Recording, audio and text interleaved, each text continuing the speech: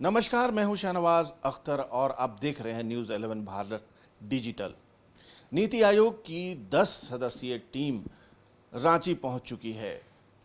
क्यों आई है नीति आयोग की टीम, ये जानना बेहद दिलचस्प है। दरअसल राज्य और केंद्र के बीच समन्वय बना के चलने और नेशनल इंटरेस्ट में नीतियों को आगे बढ़ाने के लिए नीति आयोग जिम्मेदार होता है। जो पहले योजना आयोग हुआ करता था, वही है अब नीति आयोग।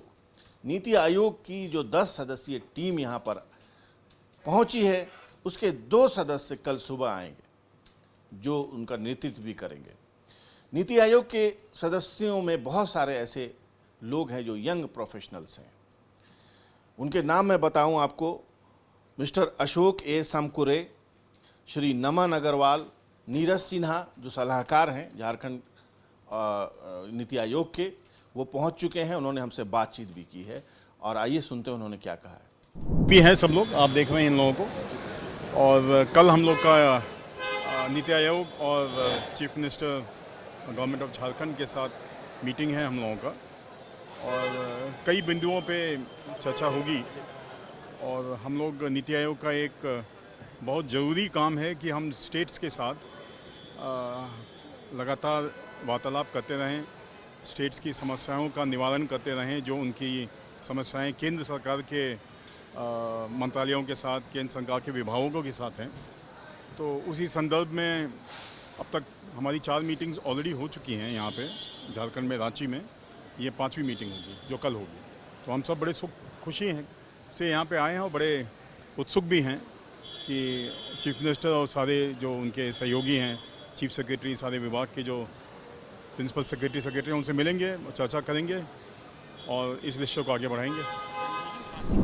नीति आयोग की टीम में कई यंग प्रोफेशनल को भी शामिल करके झारखंड भेजा गया है, जिसमें से एक महिला सदस्य आज पहुंची हैं, डॉक्टर नीलम पटेल, सीनियर साइंटिस्ट हैं, एडवाइज़र हैं, एग्रीकल्चर मामले के स्पेशलिस्ट हैं। इसके अलावा सुमन सौरभ हैं, श्री सिद्धि शिंदे हैं, नमन अग्रवाल हैं। इनके अलावा जो सीनियर हैं जो इस टीम को लीड करेंगे, वो कल आएंगे। बहरहाल नीति आयोग की टीम रांची पहुंच चुकी है और ख़ास बात यह है कि नीति आयोग की टीम इस बार कहीं किसी फील्ड विजिट में नहीं जाएगी, रांची तक ही कन्वाइंड रहेगी। और कल 12:30 बजे एक बहुत ही ख़ास बैठक प्रोजेक्ट भवन सभागार में होगी, जिसमें मुख्यमंत्री भी मौजूद रहेंगे और तमाम विभागों के अधिकारी और सचिव मौजूद रहेंगे। इसमें विशेष तौर पर आपदा प्रबंधन के भी मंत्री मौजूद रहेंगे, बन्ना गुप्ता। आज बन्ना गुप्ता ने एक कार्यक्रम में इसका जिक्र किया और कहा कि जो पिछली बार का 9,000 के आसपास करोड़ का बकाया है, एक बड़ी राशि है जो झारखंड को ज़रूर मिलनी चाहिए, क्योंकि पिछली बार सुखाड़ निरीक्षण के लिए एक टीम केंद्र सरकार ने भेजी थी, जिसमें नीति आयोग की भी सहभागिता और उनका मंतव्य था। वो टीम यहाँ आई, स्थल निरीक्षण किया और उन्होंने मीडिया बाइट्स में भी कहा था कि स्थिति ठीक नहीं है। तो फिर टीम वहाँ जाके साइलेंट क्यों हो गई? आइए सुनते हैं बन्ना गुप्ता ने इस पर क्या कहा है। जो नीति आयोग की टीम आ रही है वो हमारे मुख्यमंत्री बड़े संवेदनशील हैं और माननीय मुख्यमंत्री राजहित की जितनी बातें होती हैं वो सारी बातों को राष्ट्र से लेकर राज्य के हमारे जैसे सभी मंत्रियों को भी रिव्यू करते हैं और खुद का जितना विभाग है उस विभाग को भी रिव्यू करते हैं। तो मैं समझता हूं कि जो नीति आयोग की टीम आ रही है, नीति आयोग को ये देखना चाहिए और समझना चाहिए कि राज्यहित में क्या क्या हमारी जो है नीति ला सकते हैं, राज्य के लिए क्या वो दे सकते हैं। कहा है भारत सरकार जो हमको 75-25 का पैसा देती है, उसमें से 20 रुपया वो देती है किसी आने वाली विपदा के सामने, मतलब जैसे बाढ़ आ रहा है, तूफान आ रहा है, इसकी रक्षा के लिए 10% हमको प्लानिंग के लिए, 10% उसको देखने के लिए। लेकिन 80% जो है, 80% में उन्होंने कैपिंग कर दिया है 10% खर्चा करने का। तो हमने उनसे निवेदन किया कि आप उसका कैपिंग हटा दीजिए, उसको 50% या तो कर दीजिए, या राज्य का जो आपदा है जिसमें सर्पदंश भी है, जिसमें वज्रपात भी है, जिसमें हाथी का मारना भी है, खनन भी है, जिसमें जो है हमारा बाढ़ और तूफान नुकसान भी है उसको आप राष्ट्रीय आपदा में ही घोषित कर दीजिए, ताकि हम जो है उससे जो हमारे राज्य में जो नुकसान हो रहा है उसकी भरपाई करेंगे।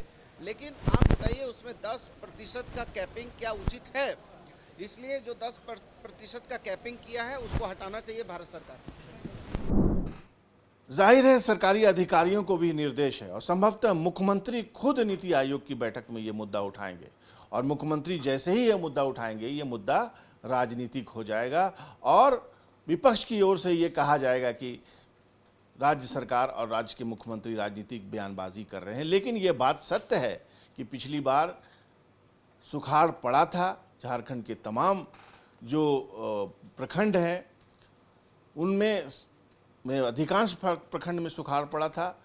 पहले एक रिपोर्ट भेजी गई थी, उसको केंद्र ने उसकी मंजूरी देने के बाद एक टीम भेजी थी और टीम यहाँ पर आई, कई डिस्ट्रिक्ट्स में गई, कई किसानों से बात की, स्थल निरीक्षण किया, मिट्टी की जांच हुई और जितनी भी कैटेगरीज थी या हो सकती हैं उनको फुलफिल किया था झारखंड ने। और ये पूरी उम्मीद बनी थी कि एक बार नहीं सही 3 बार सही 9,000 करोड़ रुपए झारखंड को मिल जाएंगे। देखिए वो तो मिले नहीं, एक बार फिर दूसरा खरीफ सीज़न आ गया है। अगर हम बारिश की बात करें तो आज की तारीख में -43% डिफिशियंसी राज्य में बारिश की है, स्कार्सिटी जिसको कहते हैं। और चतरा जैसे डिस्ट्रिक्ट्स में आज -75% बारिश हुई है, जामताड़ा में -67%, रांची में -49%। आप समझ सकते हैं ट्रेंड किस तरफ जा रहा है। हो सकता है कि अगर इसी तरह की स्थिति रही, बारिश अच्छी नहीं हुई तो सुखाड़ की एक बार फिर संभावना बन जाएगी। तो उम्मीद की जानी चाहिए कि इस बार नीति आयोग की टीम यहाँ पर आई है, अगर राज्य की उसको वाकई चिंता है, राज्य की योजनाओं में समन्वय वाकई ज़रूरी है, तो ये टीम जाकर दिल्ली सरकार से ये प्रे करेगी, उन पर दबाव डालेगी कि झारखंड का बकाया लगभग 9,000 करोड़ रुपया झारखंड को जल्द से जल्द दिया जाए। तो देखते रहिए न्यूज़ 11 भारत डिजिटल।